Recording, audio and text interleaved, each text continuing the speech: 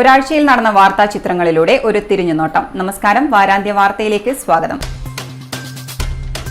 ആദ്യം പോയ വാരത്തെ പ്രധാന തലക്കെട്ടുകളിലൂടെ. ചെറുകിട വ്യവസായം സംരക്ഷിക്കണം, ചെങ്കൽ പണങ്ങൾ നിർത്തിവെച്ച് കലക്ടറേറ്റിന് മുന്നിൽ സമരവുമായി ചെങ്കൽ വ്യവസായ അസോസിയേഷൻ. നൂറ്റാണ്ടുകൾ പഴക്കമുള്ള കണ്ണൂർ കോടതി ഇനി ഓർമ്മയുടെ താളുകളിലേക്ക്. കെട്ടിട സമുച്ചയം പൊളിക്കൽ പ്രവൃത്തി ആരംഭിച്ചു. ജനാധിപത്യ രംഗത്ത് മാധ്യമങ്ങൾ വഹിക്കുന്ന പങ്ക് പ്രധാനമെന്ന് കടന്നപ്പള്ളി രാമചന്ദ്രൻ. പുഷ്പോത്സവ വിജയികൾക്കുള്ള സമ്മാന വിതരണം റബ്കോ ഓഡിറ്റോറിയത്തിൽ നടന്നു. സ്വർണ്ണത്തിളക്കം കുറഞ്ഞു, വിലയിടിഞ്ഞത് ബജറ്റിന് പിന്നാലെ. ചേറാണ് ചോറ്, മഴ പൊലിമയുമായി അഴീക്കോട് ഗ്രാമപഞ്ചായത്ത്. കർഷകരോട് ബിജെപിക്ക് പ്രതികാര മനോഭാവമെന്ന് ഇ പി ജയരാജൻ. സ്വന്തം രാജ്യത്തോട് കൂറില്ലാത്തവർ ആത്മഹത്യ ചെയ്യുന്നതാണ് നല്ലതെന്നും ഇ പി. ദേശീയപാത 66 2025 യാഥാർത്ഥ്യമാകുമെന്ന് മന്ത്രി മുഹമ്മദ് റിയാസ്. പ്രഖ്യാപനം കളരിവാതുക്കൽ റോഡ് ഉദ്ഘാടന വേളയിൽ. കഴിഞ്ഞയാഴ്ച പെയ്തിറങ്ങിയത് പ്രളയമഴ, കാറ്റിൽ വ്യാപക നാശനഷ്ടം, വൈദ്യുതി ബന്ധം താറുമാറായി. കാർഗിൽ ദിനത്തിന് 25 വയസ്സ്. യുദ്ധസ്മാരകങ്ങളിൽ പുഷ്പാർച്ചനയും അനുസ്മരണവും. അക്കാദമിക കലണ്ടർ പുനഃപരിശോധിക്കണം. വിദ്യാഭ്യാസ ഉപഡയറക്ടറുടെ ഓഫീസിലേക്ക് മാർച്ച് നടത്തി കേരള സ്റ്റേറ്റ് ടീച്ചേഴ്സ്. നോക്കാം വിശദമായ വാർത്തകൾ. വിവിധ ആവശ്യങ്ങൾ ഉന്നയിച്ച് ചെങ്കൽ വ്യവസായ അസോസിയേഷൻ ജില്ലാ കമ്മിറ്റിയുടെ നേതൃത്വത്തിൽ ചെങ്കൽ പണങ്ങൾ നിർത്തിവെച്ച് കലക്ടറേറ്റിന് മുന്നിൽ ധർണ നടത്തി. CITU കണ്ണൂർ ജില്ലാ ട്രഷറർ അരക്കൻ ബാലൻ ഉദ്ഘാടനം ചെയ്തു. അതിൽ തൊഴിലെടുപ്പിക്കുന്ന ആളുകളും അതിൽ ജോലി ചെയ്യുന്ന തൊഴിലാളികളും അവരുടെ നിലനിൽപ്പ് തന്നെ അപകടപ്പെടുമാറുള്ള ഒരു സാഹചര്യം നമ്മുടെ മുമ്പിൽ റോയൽറ്റിയുമായി ബന്ധപ്പെട്ട് വന്നു ചേർന്നതിന്റെ ഫലമായിട്ടാണ് ഇത്തരമൊരു സമരത്തിൽ നിങ്ങൾ ഏർപ്പെടാൻ നിർബന്ധിക്കപ്പെട്ടത്. റോയൽറ്റി സംഖ്യ വർദ്ധിപ്പിക്കുന്നതിലല്ല ആക്ഷേപം. പക്ഷേ ഒരു തത്വദീക്ഷയുമില്ലാതെ എത്രയോ ഇരട്ടി കൊടുത്താൽ മാത്രമേ അതിന്റെ ലൈസൻസും റോയൽറ്റിയും നമുക്ക് കിട്ടുകയുള്ളൂ എന്ന ഒരു സ്ഥിതിവിശേഷം വന്നിരിക്കുകയാണ്. 4,80,000 രൂപ 1 ലക്ഷത്തിന് താഴെ കൊടുക്കുന്ന ഈ പ്രവൃത്തി എടുപ്പിക്കുന്ന ആളുകൾ 4,80,000 രൂപ കൊടുത്താൽ മാത്രമേ ലൈസൻസ് കൊടുക്കുകയുള്ളൂ എന്ന അതിദാരുണമായ ഒരവസ്ഥ. ചെങ്കൽ അസോസിയേഷൻ ജില്ലാ പ്രസിഡന്റ് MP മനോഹരൻ അധ്യക്ഷത വഹിച്ചു.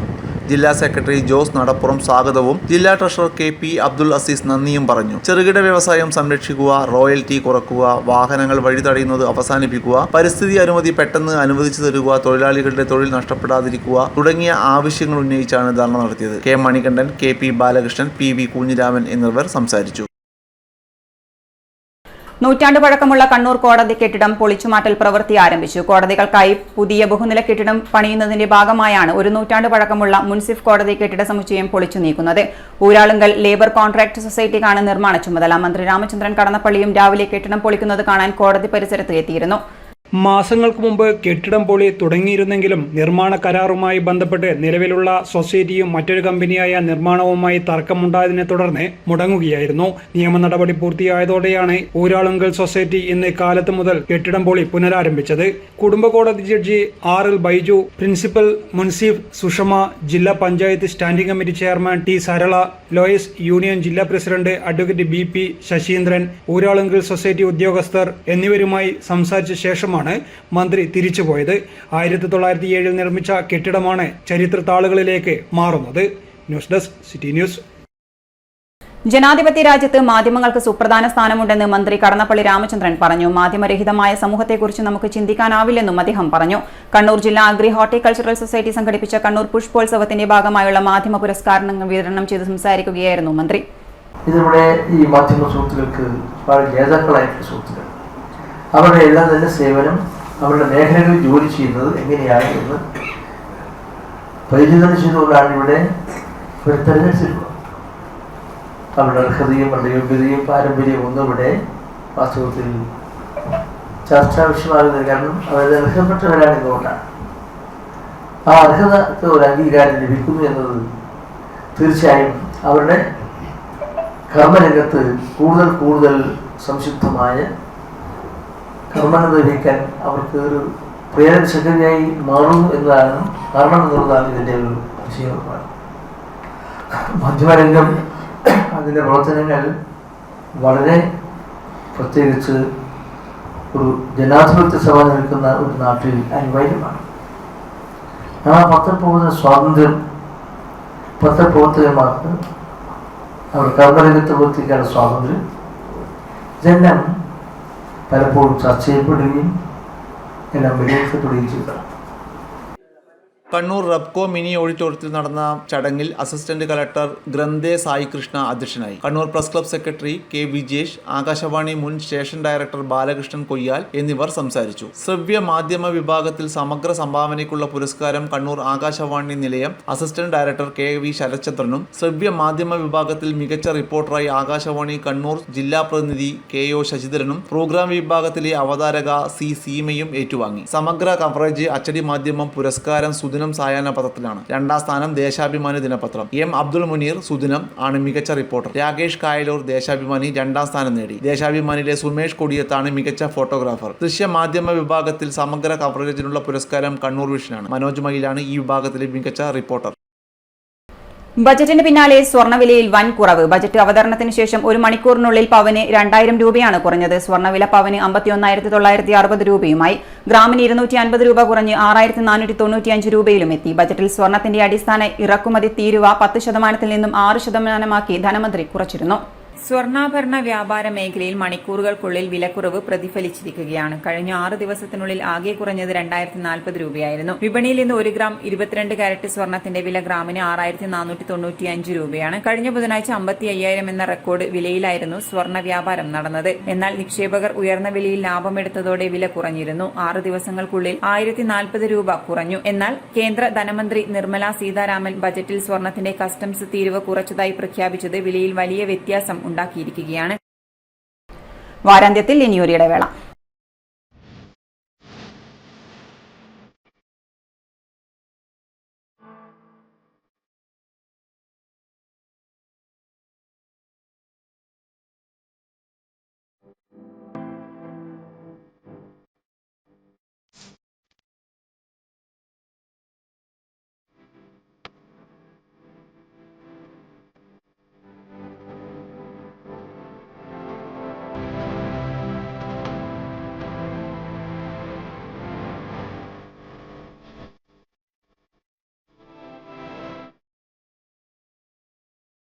കേരളത്തിലെ number 1 fashion designing and cosmetology college GITDയിൽ SSLC+2 കഴിഞ്ഞവർക്ക് ഉടൻ ജോലി ലഭിക്കുന്ന കോഴ്സുകളിലേക്ക് അഡ്മിഷൻ ആരംഭിച്ചിരിക്കുന്നു. BSc in fashion designing, professional diploma in fashion designing, advanced diploma in fashion designing and diploma in fashion designing. പരിചയസമ്പന്നരായ അധ്യാപകരുടെ നേതൃത്വത്തിലുള്ള പരിശീലനം, മിതമായ fees. Professional diploma in beautician and cosmetology, advanced diploma in beautician and cosmetology and diploma in beautician and cosmetology. പരിചയസമ്പന്നരായ അധ്യാപകരുടെ നേതൃത്വത്തിലുള്ള pre primary teacher training course. എല്ലാ വർഷവും നടന്നുവരുന്ന ഡിസൈനേഴ്സ് ഷോ GITDയുടെ മാത്രം പ്രത്യേകതയാണ്. GITD എന്റെ അഭിമാനം, എന്റെ മേൽവിലാസം.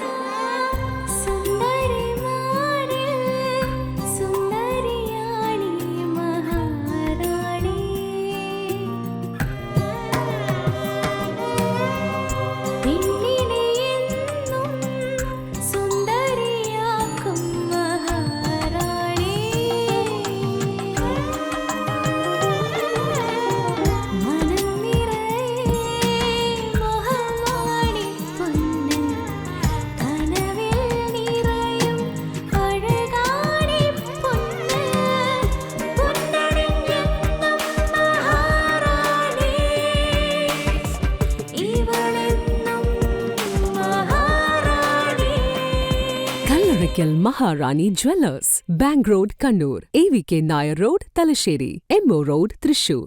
വാർത്തയിലേക്ക്. പടിഞ്ഞാറെ ചാൽവയലിൽ അഴീക്കോട് ഗ്രാമപഞ്ചായത്ത് പാടശേഖര സമിതി വിവിധ സന്നദ്ധ സംഘടനകൾ എന്നിവയുടെ ആഭിമുഖ്യത്തിൽ മഴപ്പൊലിമ സംഘടിപ്പിച്ചു. ചേറാണ് ചോറ് എന്ന പേരിൽ സംഘടിപ്പിച്ച കാർഷിക പുനരാവിഷ്കരണ ക്യാമ്പയിൻ അഴീക്കോട് ഗ്രാമപഞ്ചായത്ത് പ്രസിഡന്റ് K. അജീഷ് ഉദ്ഘാടനം ചെയ്തു.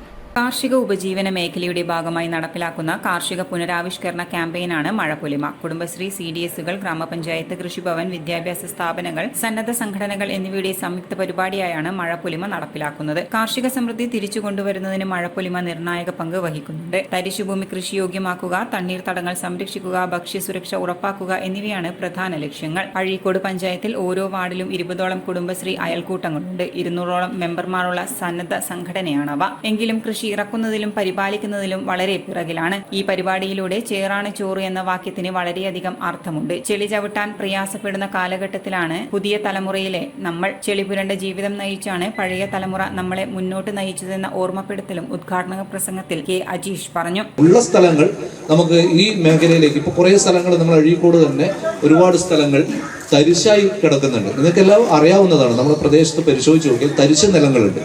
ആ തരിശ് നിലങ്ങൾ നമുക്ക് കൃഷിയിടമാക്കാൻ നമുക്ക് സാധിക്കേണ്ടതുണ്ട്. അത് സ്വകാര്യ വ്യക്തികളുടെ നിന്ന് നമുക്കറിയാം. കഴിഞ്ഞ ഗവൺമെൻറ്റൊക്കെ ഇതിന് ശക്തമായ ഇടപെടൽ നടത്തിയിരുന്നു, തരിശ് ഭൂമി കൃഷിയിടമാക്കുന്നത്. പക്ഷെ നമ്മൾ ഒരു സജീവത കുറവ് കൊണ്ടാണ് അത് ആ രീതിയിലേക്ക് വരാതിരുന്നത്. പക്ഷെ അത് നമുക്ക് ഈ പറഞ്ഞതുപോലെ നമുക്ക് വീണ്ടും ഈ മേഖലയിലേക്ക് നമ്മളല്ലെങ്കിൽ ഈ ഏതെങ്കിലും ഒരു ബസ് സമരം ഉണ്ടായാൽ അല്ലെങ്കിൽ ഒരു വാഹന സമരം ഉണ്ടായാൽ നമ്മൾ കേരളം പട്ടിണിയിലേക്ക് പോകുന്ന ഒരു സ്ഥിതിവിശേഷം വരും. അതില്ലാതിരിക്കണമെങ്കിൽ നമ്മുടെ ഉൽപാദന രംഗത്ത് നമ്മുടെ സംസ്ഥാനം മെച്ചപ്പെടുത്താൻ നമുക്ക് സാധിക്കണം. അതുപോലെ തന്നെ നമ്മുടെ ഇവിടെ അഴീക്കോട് ഉൽപ്പാദിപ്പിക്കുന്ന സാധനം അഴീക്കോട് തന്നെ വിറ്റഴിക്കാനുള്ള ഒരു സാഹചര്യം കൂടി നമുക്ക് രൂപപ്പെടുത്തിയെടുക്കാൻ സാധിക്കണം. അതൊരു സംവിധാനം മാത്രം പോരാ. എല്ലാ ഡിപ്പാർട്ട്മെൻറ്റുകളും ഇതിന് സഹായിച്ചാൽ മാത്രമേ നമുക്ക് ഈ മേഖലയിൽ ഉൽപാദന രംഗത്ത് സജീവപ്പെടുത്താൻ നമുക്ക് സാധിക്കൂ. ക്ഷേമകാര്യ സ്റ്റാൻഡിംഗ് കമ്മിറ്റി ചെയർപേഴ്സൺ മിനി, ആരോഗ്യ വിദ്യാഭ്യാസ സ്റ്റാൻഡിംഗ് കമ്മിറ്റി ചെയർമാൻ അഷ്റഫ്, കൃഷി ഓഫീസർ റമീസ, കുടുംബശ്രീ ജില്ലാ മിഷൻ ADMC ദീപ എന്നിവർ സംസാരിച്ചു. CDS ചെയർപേഴ്സൺ പ്രീത CP, പാടശേഖര സമിതി സെക്രട്ടറി സുനിൽ കുമാർ തുടങ്ങിയവർ പങ്കെടുത്തു. തുടർന്ന് വയലിൽ നിന്നും വിവിധ കലാപരിപാടികൾ നടത്തുകയും ഞാറ് നടുകയും ചെയ്തു. കേരളം വീണ്ടും കൃഷിയെ നെഞ്ചോട് ചേർക്കുന്ന സുന്ദരമായ കാഴ്ചയാണ് നമ്മൾ കാണുന്നത്.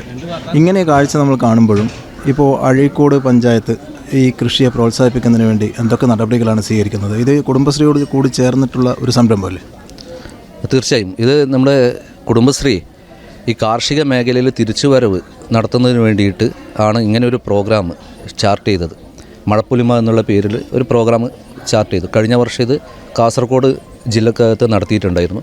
തിരിച്ച് അത് നമ്മുടെ കണ്ണൂർ ജില്ലാ മിഷൻ ഇത് ഏറ്റെടുക്കുകയും അതാത് തദ്ദേശ സ്വയംഭരണ സ്ഥാപനങ്ങളോട് ചേർന്ന് CDSും അതുപോലെ തന്നെ കൃഷി വകുപ്പും അതുപോലെ പാടശേഖര സമിതി, കൃഷി വകുപ്പുമായി ബന്ധപ്പെട്ട അനുബന്ധ ഒരുപാട് കമ്മിറ്റികളുണ്ട്, കർമ്മസമിതി. അപ്പോൾ അവരുടെയൊക്കെ സംയുക്ത നേതൃത്വത്തിലാണ് ഇങ്ങനെ ഒരു പ്രോഗ്രാം ഷെഡ്യൂൾ ചെയ്തത്. നമുക്കറിയാം, ഇപ്പം അഴീക്കോട് ഗ്രാമപഞ്ചായത്ത് നെൽകൃഷിയിലും അതുപോലെ തന്നെ പച്ചക്കറി കൃഷിയിലും മുന്നിട്ട്, കണ്ണൂർ ബ്ലോക്കിൽ തന്നെ നല്ല രീതിയിൽ മുന്നിട്ട് നിൽക്കുന്ന ഒരു പഞ്ചായത്താണ്. അപ്പം ഇന്നത്തെ ഈ ഒരു പരിപാടിയുടെ കാതലായ ഒരു ലക്ഷ്യം തന്നെ നമ്മുടെ പഞ്ചായത്തിൽ തരിശായി കിടക്കുന്ന നിലങ്ങൾ നമ്മൾ കണ്ടെത്തി അത് നമ്മൾ കൃഷിയോഗ്യമാക്കുക. നമുക്ക് ഒരുപാട് കൃഷിയോഗ്യമായ വയലുകളുണ്ട്. അപ്പം കൂടുതലായി നമ്മളുടെ ആ ഒരു പഴയ പെരുമ നിലനിർത്തുക എന്ന രീതിയിലേക്ക് പുതിയ ആൾക്കാരെയും അതുപോലെ തന്നെ വളണ്ടിയർ ആയിട്ടുള്ള ഗ്രൂപ്പുകൾ, സഹകരണ സംഘങ്ങൾ, കാർഷിക കർമ്മസേന, അങ്ങനെ കൃഷിയുമായി സഹകരിക്കാൻ സാധ്യതയുള്ള എല്ലാ ഗ്രൂപ്പുകളെയും ചേർത്തുകൊണ്ട് പഞ്ചായത്ത് തലത്തിൽ നമ്മൾ തരിശ് മുക്തമാക്കുക എന്നൊരു രീതിയിലേക്ക് വരികയാണ്. അതിനു വേണ്ടിയിട്ടുള്ള പ്രാരംഭമായിട്ടുള്ള നടപടികളും ആലോചനകളും നടന്നു വരുന്നു. അപ്പം അത് വിജയത്തിലെത്തുമെന്ന് തന്നെയാണ് പ്രതീക്ഷ. കൃഷി ഒരു ഹരമാകട്ടെ, ആ ഹരം നമ്മുടെ ആരോഗ്യത്തിന് ഗുണകരമാകട്ടെ. ക്യാമറമാൻ രഞ്ജിത്തിനൊപ്പം ജയദേവൻ, സിറ്റി ന്യൂസ്, കണ്ണൂർ. കാർഷിക രംഗത്തെ പൂർണ്ണമായും അവഗണിച്ച ബജറ്റിലൂടെ കേന്ദ്ര സർക്കാർ കർഷകരോട് യുദ്ധം പ്രഖ്യാപിച്ചിരിക്കുകയാണെന്നും കർഷകരോട് BJPക്ക് പ്രതികാര മനോഭാവമാണെന്നും അഖിലേന്ത്യാ കിസാൻ സഭ ദേശീയ വൈസ് പ്രസിഡന്റ് EP ജയരാജൻ. കേന്ദ്ര സർക്കാരിന്റെ കർഷക ദളിത് വേട്ടകൾ അവസാനിപ്പിക്കണമെന്നാവശ്യപ്പെട്ട് കേരള കർഷക സംഘം ജില്ലാ കമ്മിറ്റി ഹെഡ് പോസ്റ്റ് ഓഫീസിന് മുന്നിൽ നടത്തിയ ധർണ ഉദ്ഘാടനം ചെയ്ത് സംസാരിക്കുകയായിരുന്നു അദ്ദേഹം.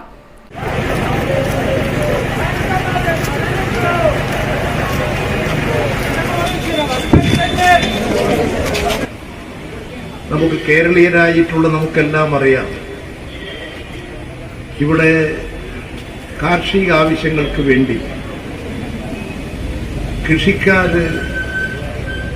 പോത്തിനെ വളർത്തും. അത് കാർഷിക മേഖലയിലെ ഒരു തൊഴിൽ മേഖലയായി ഇപ്പോൾ മാറിയിരിക്കുകയാണ്.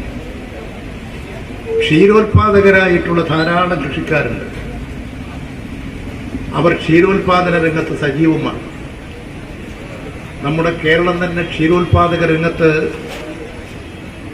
സ്വയം പര്യാപ്തതയിലേക്ക് വന്നുകൊണ്ടിരിക്കുന്നതിൻ്റെ തന്നെ അടിസ്ഥാനം കൃഷിക്കാർ ഈ രംഗത്ത് നടത്തിക്കൊണ്ടിരിക്കുന്ന പ്രവർത്തനമാണ്.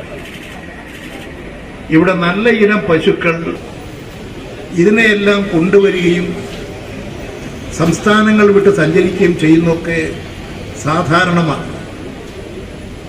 കേരളത്തിലാണെങ്കിൽ കർണാടകത്തിൽ നിന്നും തമിഴ്നാട്ടിൽ നിന്നും ഒക്കെ ഇത്തരത്തിൽ ധാരാളം നമ്മുടെ പോത്തിനെയും ആടിനെയും കോഴിയെയും അതുപോലെ പശുക്കളെയും ഒക്കെ കൊണ്ടുവരികയും വളർത്തുകയും അതിൽ നിന്ന് ജീവിതം മെച്ചപ്പെടുത്തുകയും ചെയ്യുന്ന സമൂഹമാണ്. കർഷക വിരുദ്ധ നിലപാടുകൾ തുടരുന്ന കേന്ദ്ര സർക്കാർ ചില മാധ്യമങ്ങളെ പണം കൊടുത്ത് കൈവശപ്പെടുത്തിയിരിക്കുകയാണ്. ജനിച്ചു വളർന്ന നാടിനെ താൽപര്യമില്ലാത്ത സംഘപരിവാറുകാർ ആത്മഹത്യ ചെയ്യുന്നതാണ് നല്ലതെന്നും ബജറ്റിൽ കേരളത്തോട് കാണിച്ച അവഗണന ചൂണ്ടിക്കാട്ടി EP പറഞ്ഞു. കേന്ദ്രം 2 സംസ്ഥാനങ്ങളിലെ ഭരണകക്ഷികളെ ഭയന്ന് മറ്റ് സംസ്ഥാനങ്ങളെ തമസ്കരിക്കുന്ന കാഴ്ചയാണ് ബജറ്റിൽ കണ്ടത്. കർഷകരോട് യുദ്ധം പ്രഖ്യാപിച്ച കേന്ദ്ര സർക്കാർ വിശ്വാസികൾക്ക് നേരെയും തിരിയും. പോലീസിനും പട്ടാളക്കാരനും RSS ആവാമെന്ന കേന്ദ്രത്തിന്റെ നിലപാടിലൂടെ രാജ്യത്തെ എങ്ങോട്ട് കൊണ്ടുപോകാനാണ് സർക്കാർ ഉദ്ദേശിക്കുന്നതെന്നും EP ചോദിച്ചു. കർഷക മേഖലയിലെ വയോജനങ്ങൾക്കുള്ള ആനുകൂല്യവും തൊഴിലുറപ്പ് പദ്ധതിയും ഇല്ലാതാക്കാനുള്ള ശ്രമം കേന്ദ്ര സർക്കാർ നടത്തിക്കൊണ്ടിരിക്കുകയാണെന്നും EP ചൂണ്ടിക്കാട്ടി. കർഷക സംഘം ജില്ലാ പ്രസിഡന്റ് P ഗോവിന്ദൻ അധ്യക്ഷത വഹിച്ചു. കർഷക സംഘം സംസ്ഥാന സെക്രട്ടറി വത്സൻ പനോളി, ജില്ലാ secretary M Prakashan, NR Sakeena, KC Manoj, CV Malini തുടങ്ങിയവർ സംസാരിച്ചു. കാസർഗോഡ് മുതൽ തിരുവനന്തപുരം വരെ ദേശീയപാത 66 6 വരിയാക്കുന്നതിന്റെ പ്രവർത്തനങ്ങൾ 2025 ഡിസംബറോടെ പൂർത്തീകരിക്കുമെന്ന് പൊതുമരാമത്ത് ടൂറിസം വകുപ്പ് മന്ത്രി PA മുഹമ്മദ് റിയാസ് പറഞ്ഞു. അഴീക്കോട് മണ്ഡലത്തിലെ പൂതപ്പാറ, മയിലാടത്തടം, കീരിയാട്, കാട്ടാമ്പള്ളി റോഡ് അഥവാ കളരിവാതുക്കൽ റോഡ് ഉദ്ഘാടനം ചെയ്ത് സംസാരിക്കുകയായിരുന്നു മന്ത്രി. ദേശീയപാതയുടെ ഭാഗമായുള്ള വളപട്ടണം മന്നയെയും NH 66 വരുന്ന വളപട്ടണം ടോൾ ബൂത്തിനെയും ബന്ധിപ്പിക്കുന്ന 500 മീറ്റർ നീളം വരുന്ന ഭാഗമാണ് ഈ പ്രവൃത്തിയിൽ ഉൾപ്പെടുത്തി നവീകരിച്ചത്.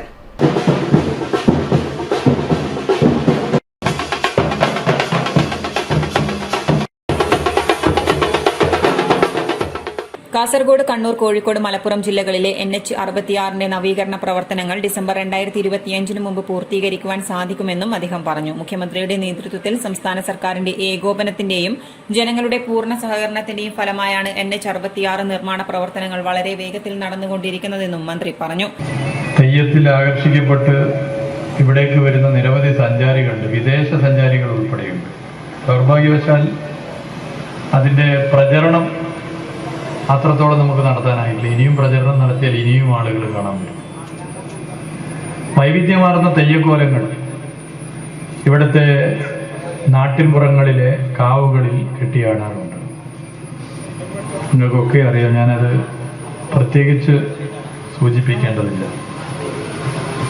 സാധാരണ മനുഷ്യർ ഏറ്റവും അധികം ആശ്രയിക്കുന്ന ഏറ്റവും പ്രധാനപ്പെട്ട ആരാധന മൂർത്തികളാണ് തെയ്യക്കോലങ്ങൾ. ഈ തെയ്യക്കോലങ്ങളിൽ ഏറ്റവും അവസാനത്തെ കളിയാട്ടം നടക്കുന്ന ഈ കണ്ണൂർ ജില്ലയിലെ പ്രധാനപ്പെട്ട ക്ഷേത്രമാണ് വളപട്ടണം കളരിവാതുക്കൽ ക്ഷേത്രം. അങ്ങനെ ഒരു പ്രത്യേകത കൂടി ഈ ക്ഷേത്രത്തിനുണ്ട്.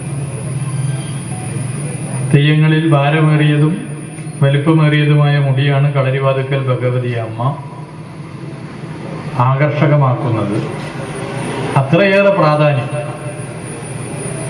ഈ ക്ഷേത്രത്തിനും ഇതിന്റെ പ്രദേശത്തിനുമുണ്ട്. വളരെ പ്രധാനപ്പെട്ട ഒരു വികസന പ്രവൃത്തി ഹൃദയത്തിൽ നിന്നാണ് ഇവിടുത്തെ MLA ശ്രീ സുമേഷ് സംസാരിച്ചത്. KV സുമേഷ് MLA അധ്യക്ഷത വഹിച്ചു. റോഡ് വികസനത്തിന് സ്ഥലം നൽകിയവരെ ചടങ്ങിൽ ആദരിച്ചു. ചിറക്കൽ കോവിലകം വലിയ രാജ ശ്രീരാമവർമ്മ രാജ ചടങ്ങിൽ മുഖ്യാതിഥിയായിരുന്നു. ജില്ലാ പഞ്ചായത്ത് സ്ഥിരം സമിതി chairperson advocate T Sarala, Kannur block panchayat president KC Jisha, Valapattanam ഗ്രാമപഞ്ചായത്ത് പ്രസിഡന്റ് PP ഷമീമ, ചിറക്കൽ ഗ്രാമപഞ്ചായത്ത് പ്രസിഡന്റ് P ശ്രുതി, വളപട്ടണം ഗ്രാമപഞ്ചായത്ത് വൈസ് പ്രസിഡന്റ് VKC ജംഷീറ, പൊതുമരാമത്ത് വകുപ്പ് നിരത്തുകൾ വിഭാഗം എക്സിക്യൂട്ടീവ് എഞ്ചിനീയർ M ജഗദീഷ്, പൊതുമരാമത്ത് വകുപ്പ് നിരത്തുകൾ ഉപവിഭാഗം assistant executive engineer P Ramkishore, KP Thahira, VK ലളിത ദേവി, PV Radhika, K Venu, TP Narayanan, PV Raghunath, KV Shakeel, P ചന്ദ്രൻ, PP അഫ്സൽ, TP ഷഹീദ്, രാഹുൽ, രാജീവ്, സലാം ഹാജി എന്നിവർ സംസാരിച്ചു. അഴീക്കോട് നിയോജക മണ്ഡലത്തിലെ ഉൾപ്രദേശങ്ങളെ ബന്ധിപ്പിച്ചു കടന്നുപോകുന്ന സുപ്രധാന പാതയാണ് കളരിവാതുക്കൽ റോഡ്. 3.925 കിലോമീറ്റർ നീളവും 5.50 മീറ്റർ ശരാശരി വീതിയുമുള്ള ഈ റോഡിൽ ഉൾപ്പെടുന്നതും പഴയ ദേശീയപാതയുടെ ഭാഗവുമായ വളപട്ടണം മഞ്ഞയെയും NH66 വരുന്ന വളപട്ടണം ടോൾ ബൂത്തിനെയും ബന്ധിപ്പിക്കുന്നതുമായ 500 മീറ്റർ നീളം വരുന്ന ഭാഗമാണ് ഈ പ്രവൃത്തിയിൽ ഉൾപ്പെടുത്തി നവീകരിച്ചത്. 86.4 ലക്ഷം രൂപയാണ് പ്രവൃത്തിക്ക് അനുവദിച്ചത്. പഴയങ്ങാടി, തളിപ്പറമ്പ് ഭാഗങ്ങളിൽ നിന്നും വരുന്ന വാഹനങ്ങൾക്ക് പുതിയതൊരു ദേശീയപാതയിലെ ഗതാഗത കുരുക്കിൽ അകപ്പെടാതെ കണ്ണൂർ നഗരത്തിലേക്ക് എളുപ്പത്തിൽ എത്തിപ്പെടാൻ സഹായിക്കുന്ന ബൈപ്പാസ് റോഡ് എന്ന നിലയിൽ ദേശീയപാതയിലെ വാഹന സാന്ദ്രത ഒരളവോളം കുറയ്ക്കുന്നതിന് ഈ റോഡ് സുപ്രധാന പങ്ക് വഹിക്കും. ഉത്തര മലബാറിലെ പ്രശസ്ത തീർത്ഥാടന കേന്ദ്രമായ കളരിവാതുക്കൽ ഭഗവതി ക്ഷേത്രത്തിലേക്കുള്ള പ്രധാന പ്രവേശന മാർഗമായ ഈ റോഡ് താരതമ്യേന ഇടുങ്ങിയതും കാലോചിതമായി നവീകരിക്കപ്പെടാത്തതുമായതിനാൽ സുഗമമായ വാഹന ഗതാഗതം സാധ്യമല്ലാത്ത നിലയിലായിരുന്നു. റോഡ് 7 മീറ്ററോളം വീതിയുള്ള മികച്ച നിലവാരത്തിലുള്ള ഒരു സുപ്രധാന പാതയാക്കി മാറ്റുവാൻ ഈ പ്രവൃത്തിയിലൂടെ സാധിച്ചു. City news, Kannur. കണ്ണൂരിൽ കനത്ത മഴയിലും കാറ്റിലും വ്യാപക നാശനഷ്ടം. നഗരഭാഗങ്ങളിലടക്കം മരം കടപുഴകി വീണ് ഗതാഗതം തടസ്സപ്പെട്ടു. കണ്ണൂർ തെക്കി ബസാറിൽ കടയുടെ മേൽക്കൂര കാറ്റത്ത് പറന്നുപോയി. മലയോര മേഖലയിലും ശക്തമായ കാറ്റിൽ വ്യാപക കൃഷിനാശമുണ്ടായിട്ടുണ്ട്. പയ്യാവൂരിൽ സ്ത്രീ ഒഴുക്കിൽപ്പെട്ടെന്ന സംശയത്തെ തുടർന്ന് ഫയർഫോഴ്സ് തിരച്ചിൽ നടത്തി. പെരുമാച്ചേരി സ്കൂളിന് സമീപം വീടിന് മുകളിൽ മരം വീണ് അപകടം സംഭവിച്ചു. വലുതും ചെറുതുമായ ഒട്ടനവധി നാശനഷ്ടങ്ങളാണ് കഴിഞ്ഞ ദിവസമുണ്ടായ മഴയിലും കാറ്റിലും ജില്ലയിൽ ഉണ്ടായിട്ടുള്ളത്. കുറച്ചു ദിവസത്തെ ഇടവേളയ്ക്ക് ശേഷം കണ്ണൂരിൽ പെയ്ത കനത്ത മഴയിലും കാറ്റിലും വ്യാപക നാശനഷ്ടമാണ് ഉണ്ടായത്. മലയോര മേഖലയിൽ ആഞ്ഞടിച്ച കാറ്റിൽ 30ഓളം വീടുകൾ ഭാഗികമായി തകർന്നു. ചില വീടുകൾ പൂർണ്ണമായും ശക്തമായ കാറ്റിൽ മരങ്ങൾ കടപുഴകിയും വീടുകൾ തകർന്നിട്ടുമുണ്ട്. ഉളിക്കൽ തേർമല ഭാഗത്താണ് കൂടുതൽ നാശനഷ്ടമുണ്ടായത്. നിരവധി കാർഷിക വിളകളും നശിച്ചു. കണ്ണൂർ തളിപ്പറമ്പ് ദേശീയപാതയിൽ മരം കടപുഴകി വീണ് ഗതാഗതം തടസ്സപ്പെട്ടു. പയ്യാവൂരിൽ സ്ത്രീ ഒഴുക്കിൽപ്പെട്ടെന്ന സംശയത്തിൽ ഫയർഫോഴ്സ് തിരച്ചിൽ നടത്തി. കണ്ണൂർ തെക്കി ബസാറിൽ ശക്തമായ കാറ്റിൽ കടയുടെ മേൽക്കൂര പറന്നുപോയി. മഴയ്ക്കൊപ്പം കാറ്റ് വീശുന്നതാണ് നാശനഷ്ടം കാരണം. ദേശീയപാതയ്ക്കായി മണ്ണെടുത്ത സ്ഥലത്ത് മണ്ണിടിച്ചൽ ഭീഷണിയും നിലനിൽക്കുന്നുണ്ട്. കണ്ണൂർ നഗരത്തിലും വിവിധയിടങ്ങളിൽ മരങ്ങൾ പൊട്ടിവീണും വൈദ്യുതി കമ്പികൾ പൊട്ടിയും നിരവധി അപകടങ്ങൾ ഉണ്ടായിട്ടുണ്ട്. പ്രദേശത്ത് വൈദ്യുതി ബന്ധം പുനഃസ്ഥാപിക്കാൻ ഏറെ നേരം വൈകുകയും ചെയ്തു. കാർഗിൽ വിജയദിനത്തിന്റെ 25ാം വാർഷിക ദിനത്തിൽ വാർ മെമ്മോറിയൽ കമ്മിറ്റിയുടെ നേതൃത്വത്തിൽ യുദ്ധത്തിൽ വീരമൃത്യു വരിച്ച സൈനികർക്ക് പുഷ്പചക്ര സമർപ്പിച്ചു. ടെലിഫോൺ ഭവന് മുമ്പിലുള്ള യുദ്ധസ്മാരകത്തിൽ കാലത്ത് മന്ത്രി രാമചന്ദ്രൻ കടന്നപ്പള്ളി പുഷ്പചക്രം അർപ്പിച്ചു. Station commander colonel Paramvir Singh, വിമുക്ത ഭടന്മാർക്ക് വേണ്ടി lieutenant general Vinod Nayanar, rear admiral K Mohanan, war memorial കമ്മിറ്റിക്ക് വേണ്ടി colonel NVG Nambiar, honorary captain Shekhawat, wing commander PA Vijayan, subedar Balan K Nambiar, ex servicemen league ഭാരവാഹികളായ PK Padmanabhan, M Vatsaraj, retired IAF MV Narayanan തുടങ്ങി വിവിധ വിമുക്ത ഭട സംഘടനാ ഭാരവാഹികളും NCC കേഡറ്റുകളും സൈനികരും വിവിധ സംഘടനാ പ്രതിനിധികളും യുദ്ധസ്മാരകത്തിൽ പുഷ്പചക്രം അർപ്പിച്ചു. കേരള സ്റ്റേറ്റ് ടീച്ചേഴ്സ് സെന്ററിന്റെ നേതൃത്വത്തിൽ തിരുവനന്തപുരം DGE ഓഫീസിലേക്കും ജില്ലാ കേന്ദ്രങ്ങളിൽ ജില്ലാ വിദ്യാഭ്യാസ ഉപഡയറക്ടറുടെ ഓഫീസിലേക്കും പ്രതിഷേധ മാർച്ച് സംഘടിപ്പിച്ചു. കണ്ണൂർ DED ഓഫീസിലേക്ക് നടത്തിയ മാർച്ച് സംസ്ഥാന പ്രസിഡന്റ് ഹരീഷ് കടവത്തൂർ ഉദ്ഘാടനം ചെയ്തു. അക്കാദമിക കലണ്ടർ പുനഃപരിശോധിക്കുക, ജോലി സുരക്ഷ ഉറപ്പുവരുത്തുക, ഇക്കണോമിക് വിദ്യാലയങ്ങളിലെ നിയമനങ്ങൾക്ക് പരിഹാരം കാണുക, സർവീസിലുള്ള അധ്യാപകർക്ക് കേട്ടറ്റ് ഇളവ് നൽകുക, പങ്കാളിത്ത പെൻഷൻ പദ്ധതി ഉപേക്ഷിക്കുക തുടങ്ങിയ ആവശ്യങ്ങൾ ഉന്നയിച്ചാണ് മാർച്ച് നടത്തിയത്. വിദ്യാഭ്യാസ കലണ്ടർ ഇവിടെ പ്രസിദ്ധീകരിച്ചിരിക്കുകയാണ്. കുട്ടികളുടെ അവരുടെ മാനസിക നില പരിശോധിക്കാതെ, പൊതുസമൂഹത്തിൻ്റെ രക്ഷിതാക്കളുടെ അവരുടെ അഭിപ്രായങ്ങൾ തേടാതെ ഒരു വിദ്യാഭ്യാസ കലണ്ടർ നമ്മുടെ കേരളത്തിൽ ഈ സർക്കാർ കൊണ്ടുവന്നു. 220 ദിവസമാണ് അതിൽ പറഞ്ഞിരിക്കുന്നത്. നേരത്തെ വിദ്യാഭ്യാസ വകുപ്പ് അധ്യാപക സംഘടനകളുമായി QIP-യുമായി ചർച്ച ചെയ്ത് ആ യോഗത്തിലെടുത്ത തീരുമാനം 205 ഓർ 210 ദിവസം എന്നത് 220 ദിവസമാക്കിക്കൊണ്ടാണ് വന്നത്. അശാസ്ത്രീയമായ ഈ കലണ്ടർ പുനഃപരിശോധിക്കണമെന്നാണ് കേരള സ്റ്റേറ്റ് ടീച്ചേഴ്സ് സെൻ്ററിന് ആവശ്യപ്പെടാനുള്ളത്. കുട്ടികൾക്ക് അവർക്ക് മാനസിക ഉല്ലാസം ലഭിക്കാനുള്ള സമയം കിട്ടാതിരിക്കുന്നു, അവർക്കൊരു ട്യൂഷന് പോകാനുള്ള സമയം കിട്ടാതിരിക്കുന്നു, അവർക്ക് മറ്റ് എക്സ്ട്രാ കരിക്കുലർ ആക്ടിവിറ്റീസിൽ പ്രാക്ടീസ് നടത്താൻ പോലും സമയം കിട്ടാതെ ശനിയാഴ്ചകൾ മുഴുവൻ സമയവും ഉൾപ്പെടുത്തിക്കൊണ്ടുള്ള ഈ കലണ്ടർ പുനഃപരിശോധിക്കണമെന്ന് ഞങ്ങൾ നേരത്തെയും ആവശ്യപ്പെട്ടു.